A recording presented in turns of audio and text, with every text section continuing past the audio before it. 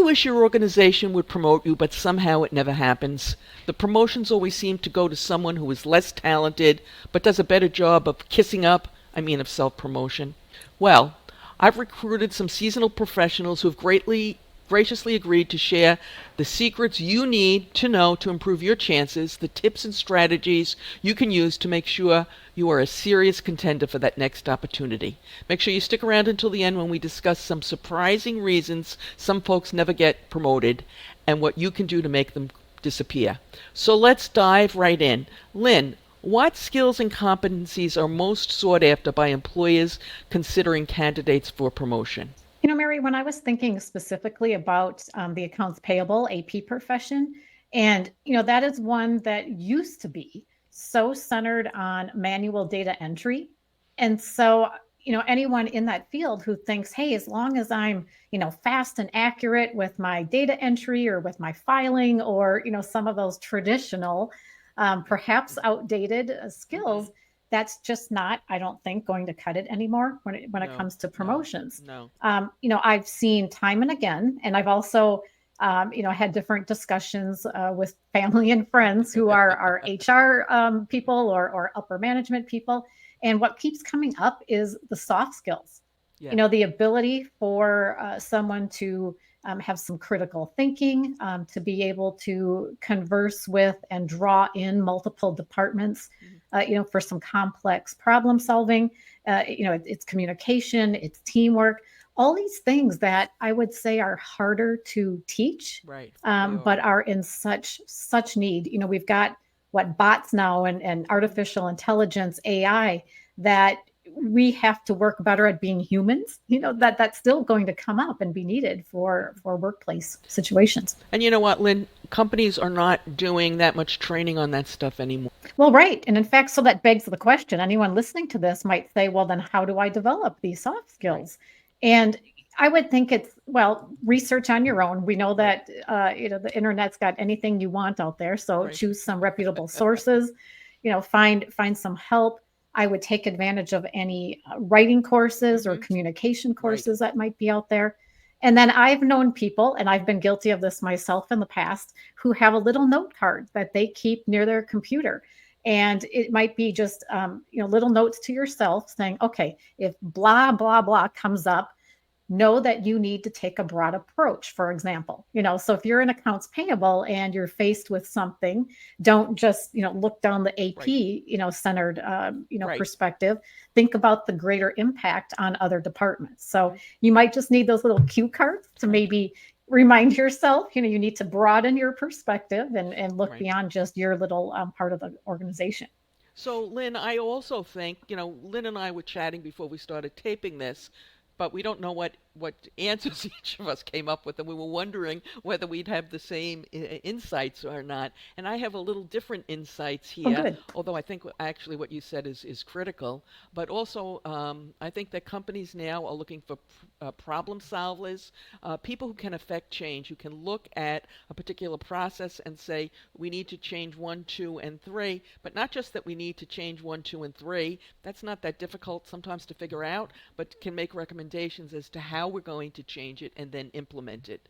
And along those same lines, and this I think is going to become more and more important, people who understand the latest technology and know how to use it.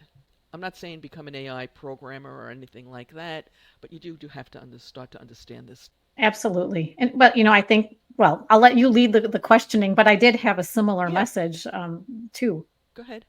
Well, thinking about, how to demonstrate leadership, Mm-hmm. the strategies, which when you're demonstrating leadership, I think that helps boost your chances of getting Oh, promoted. definitely.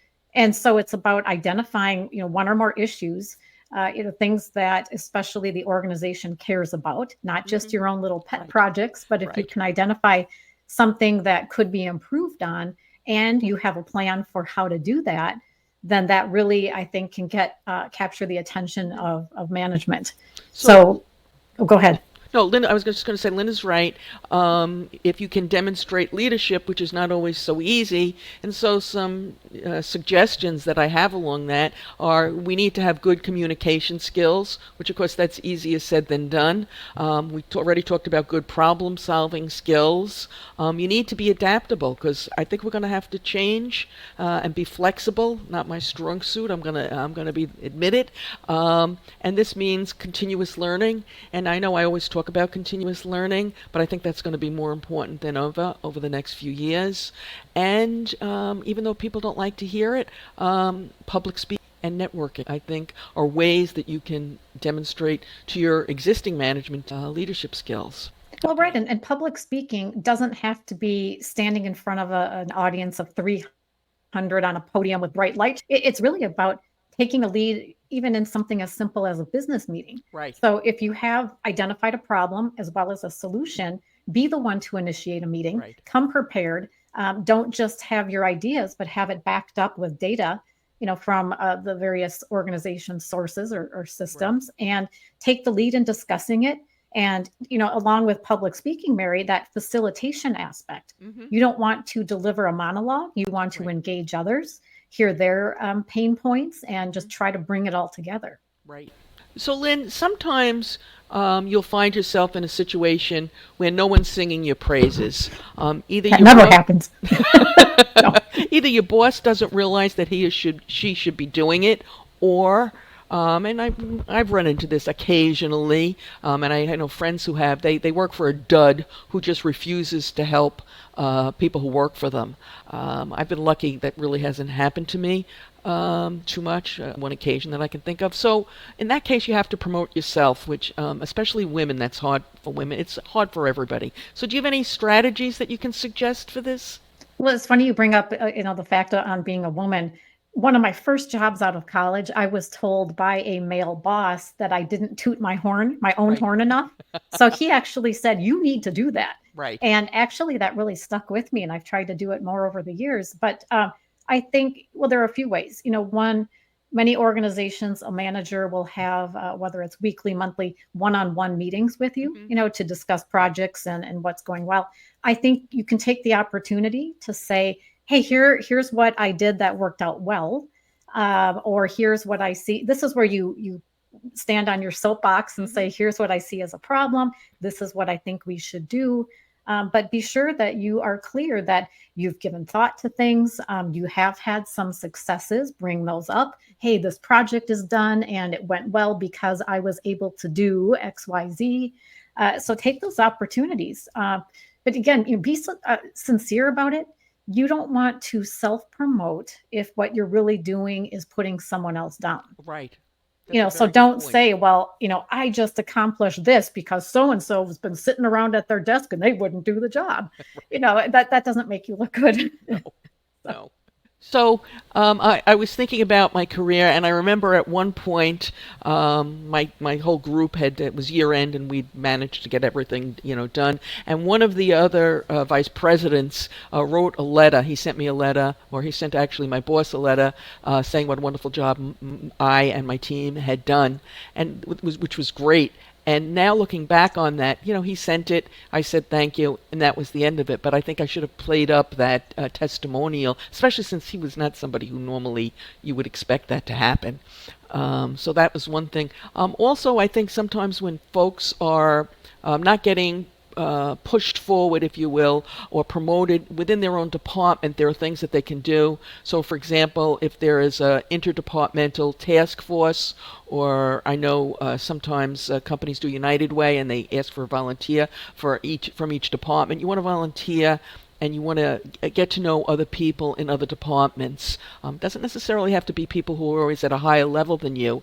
It can be people at the same level or even people at a lower level.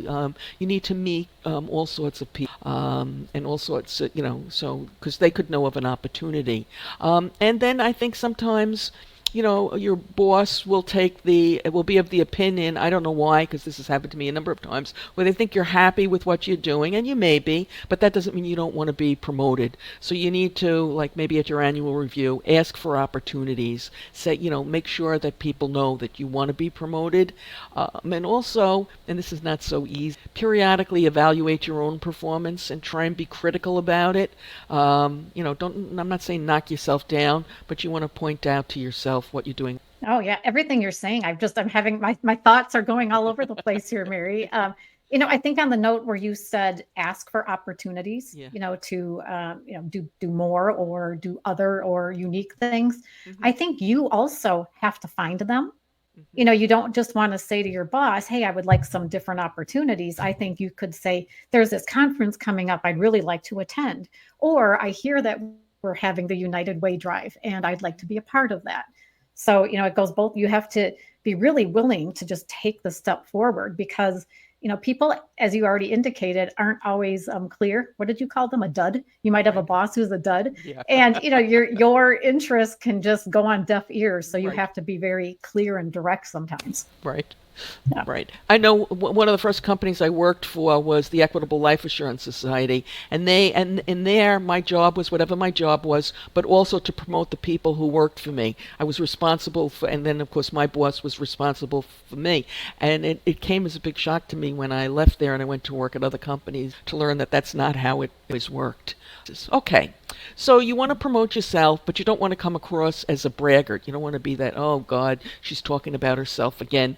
So do you have any tips on how to draw the line between, as you say, tooting your own horn and just being plain obnoxious? Well, I think we all know that most successes involve more than just you.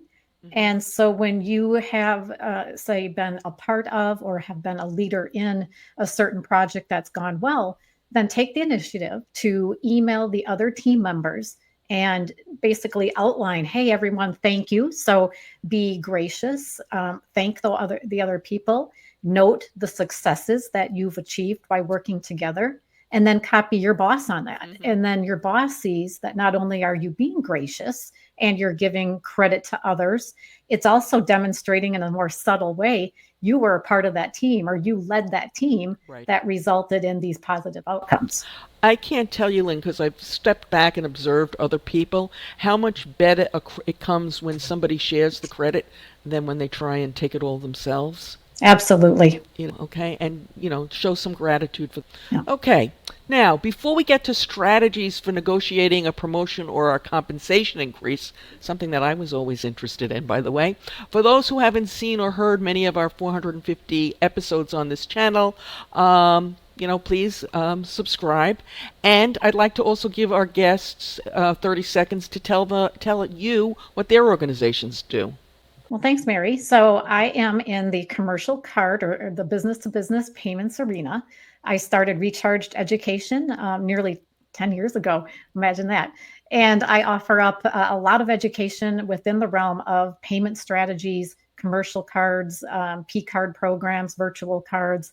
And I train end user organizations that have these programs Mhm. and accounts payable departments, as well as the providers, the banks, the fintechs that offer the products and services. So both ways that I provide a lot of training. And Lynn does some of the AP Now webinars.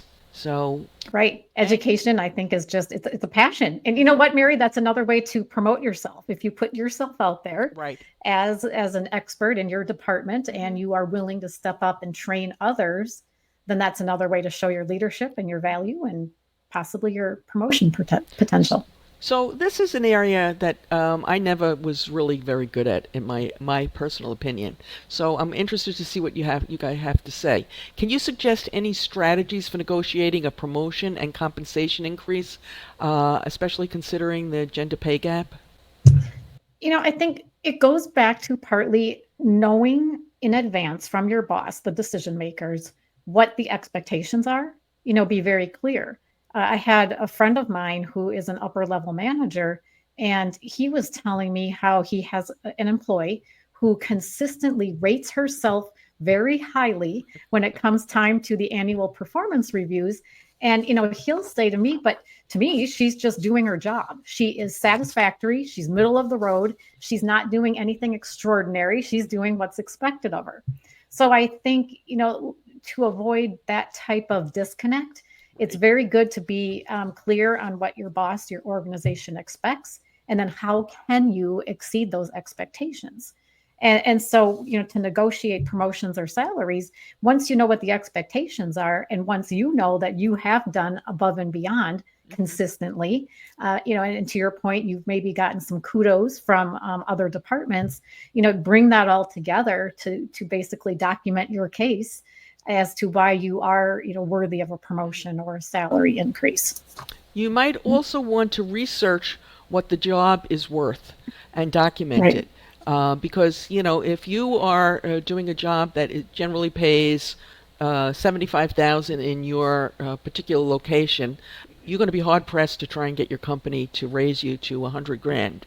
But what you might want to do along that line, it probably won't get you all the way there, but make a list of your accomplishments. What have you accomplished? I like to tell people to do this once a year, ideally before they're giving out the raises, so Right. this information will be fresh in your boss's mind. But make a list of what you have done throughout the year, and you want to try and keep track of that because it's easy to forget. Also, Yes. when you're talking about this stuff, as much as you can, you also want to point out what's in it for your organization. It's not just me, me, me, me. What does the organization get? Now, I know when it comes to the gender pay gap, that's a touchy subject, and so you have to be careful how you frame that. And if you're going to talk about it, you want to talk about equitable compensation. Now, a while ago, I did a talk on pay transparency and some of the things that are going on in the various states, and I'm going to put a link to it in the description. So if you want to watch it, you can after this is over. And by the way, the bigger the audience, the more resources we can devote to these talks. So if you like this or any of our other videos, please hit that subscribe button. And now, Lynn, I have a question comes directly from me. It's advice I wish I had. When I left my last two jobs, people said things to me like, "We never thought you'd leave. We thought you were staying here forever." Okay, and it really irked me. Can you suggest strategies for someone who's been in the same position for a long time and would like to be promoted but somehow never is? I think it goes back to being direct, to make your interests known. And you have to be careful too, I think, because you don't want to threaten. You don't want to Right. say, well, unless I get this promotion, I'm walking out. Because, some of my friends who are in that management position, they've said that's a big turnoff. They Yeah. just want to say back to their employee, well, okay, if that's so appealing to you, go. you Right. know, Right. Right. You're uh, taking a big risk there. Right, right. But I think backing it up with numbers, you were just talking Yeah. about the pay differences or equitable pay, seek out any resources that have it documented, what salaries are and things like that. But if they think that you aren't going to leave or you're just happy being stuck in your corner, you have to step up and say, no, I want to be promoted. Tell me what I can do to be promoted. And maybe it's even a matter of asking, what is the likelihood of being Right. promoted, even if I am a superstar employee? Because the reality is, some organizations, maybe they're just small, they don't have Right. any place to put you or to promote you. So see what's realistic, but make it known. You have got to be your own self advocate, Right. to make it known that you want some new opportunities. And you said keep track of your successes. Well, I think you can also keep track over, when have you asked for more Hmm. responsibility? When have you asked for the approval to attend a conference or do some things that are beyond your core job? And track, are they turning you down repeatedly, Hmm. or are they seemingly supporting your initiatives? Hmm. And they shouldn't be surprised if you leave, if you can say, well, remember all these things that I Right. was I asking asked you you for? one, two. Right. Right. Then yeah, you're making yourself known, your interests known, and you can gauge whether or not they're receptive to that based on their response. So the one other thing that I would add to that, because that was very good advice, Lynn, was that you sometimes can seek help from HR. And I can think back to a time at the very beginning of my career. Now, I would like to act here like I went and formally did it, but the reality was I happened to be sitting in the cafeteria having lunch one day with somebody, one of the guys from HR, and I was complaining about my boss. Okay, which really is not the advice I'm giving. You want to be more formal about it. About, that you, and let HR know that you want to be promoted. And what happened is he kept in the back of his mind and he looked for opportunities for me, and I was at a low enough level that there were many opportunities in different departments, and when there was an opening in treasury, he pulled my information and sent it over. Assuming that the situation is right, you might want to let them know that, hey, Oh, that's great advice. yeah, And it's another thing, if you are having conversations like that, more of the informal right, variety, you might be able to get a sense for whether your organization is one that typically promotes from within. right, Or I've known some that will come right out and say, we find more value in getting someone from the mm, outside because they have an outside perspective that right, we think would benefit us. So you need to know that as well. right, Again, it's what's the reality, what are the opportunities, right. what should you expect? And I guess along that line, you can look and see, does this organization usually promote from within? Right. Or, yeah, okay. Yeah. Now, this might not be quite the same, so the answer that you give may be the same, but can you give any advice on getting promoted to someone who feels they're stuck in a rut? I think if you feel like you're stuck in a rut, then you need to get in touch with what will make you feel otherwise. Are you stuck in a rut because your salary hasn't changed? Are you stuck in a rut because your job is too the same day after day, which might mean you need to seek out a different position, whether in AP or treasury or, any of the related areas or even beyond that. So you really have to figure out, what do you want?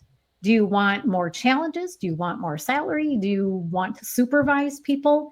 So you need to know what it is would make you feel like you're not in a rut any longer. And then how do you get there? You might also try and get some feedback because it could turn out that you are in the same position as your friend was saying. He thought the person was an average performer and they thought they were outstanding. And maybe you don't have a realistic view, or maybe you do, Right. but it's hard to tell that about yourself. Right. I mean, you can't just sit there silently and feel like, oh, no one's appreciating you. Right. And, you do need to be vocal, again, respected, respectfully, and to have some documentation to back up, why you're deserving of a promotion. Okay, so let's talk about some misconceptions about promotions. Lynn, do you have any? Well, I think one is assuming that getting promoted is always a good thing.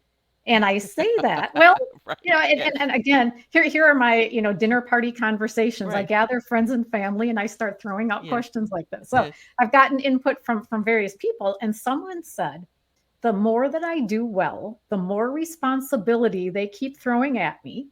And so suddenly I'm involved with everything and I'm getting a lot of accolades and whatnot, but I'm overworked. I'm exhausted. I can't keep being this one person show. And so I think a misconception is, oh, you'll get promoted and you'll just smooth sailing and you might get that, corner office or whatever it is. But are you prepared for what a promotion might also bring your way, which could be more work than what you Right. expect? Right. I think that's one thing. What are your thoughts on So that? I have a few. Okay. Sometimes people think the promotion always goes to the person who's been there the longest. Hmm. And you know what? In some organizations, it does. And if that's the case, you should be able to figure that out. Then you have to decide what you want to do. But don't assume it's going to go to the person who's been there the longest, because that is not necessarily going to be the case also. You have to see what goes on in your organization.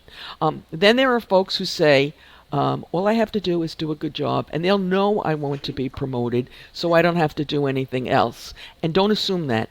When you have your review, you want to make it clear that you are interested in being promoted, and then you can't complain, because if there's a promotion and they give it to somebody else, it's too late then for you to go in and say, oh, I really would have liked that, and they then say, oh, well, we didn't realize, because the damage is done. Now, Some folks who are more than qualified often think they're not good enough. And then when a company comes to them and says they want to promote them, they are amazed that their company is even considering them for promotion. This is a phenomenon that's not unique to accounting and accounts payable, although we have it in droves. But you'd be interested to know both Meryl Streep and Tom Hanks have admitted publicly that they have felt this way from time to time. As you probably know, I'm referring to imposter syndrome. We recently did a talk on that, which you can watch right now using the link that has appeared on your YouTube screen and is in the description. As always, I appreciate your likes, shares, comments, and suggestions.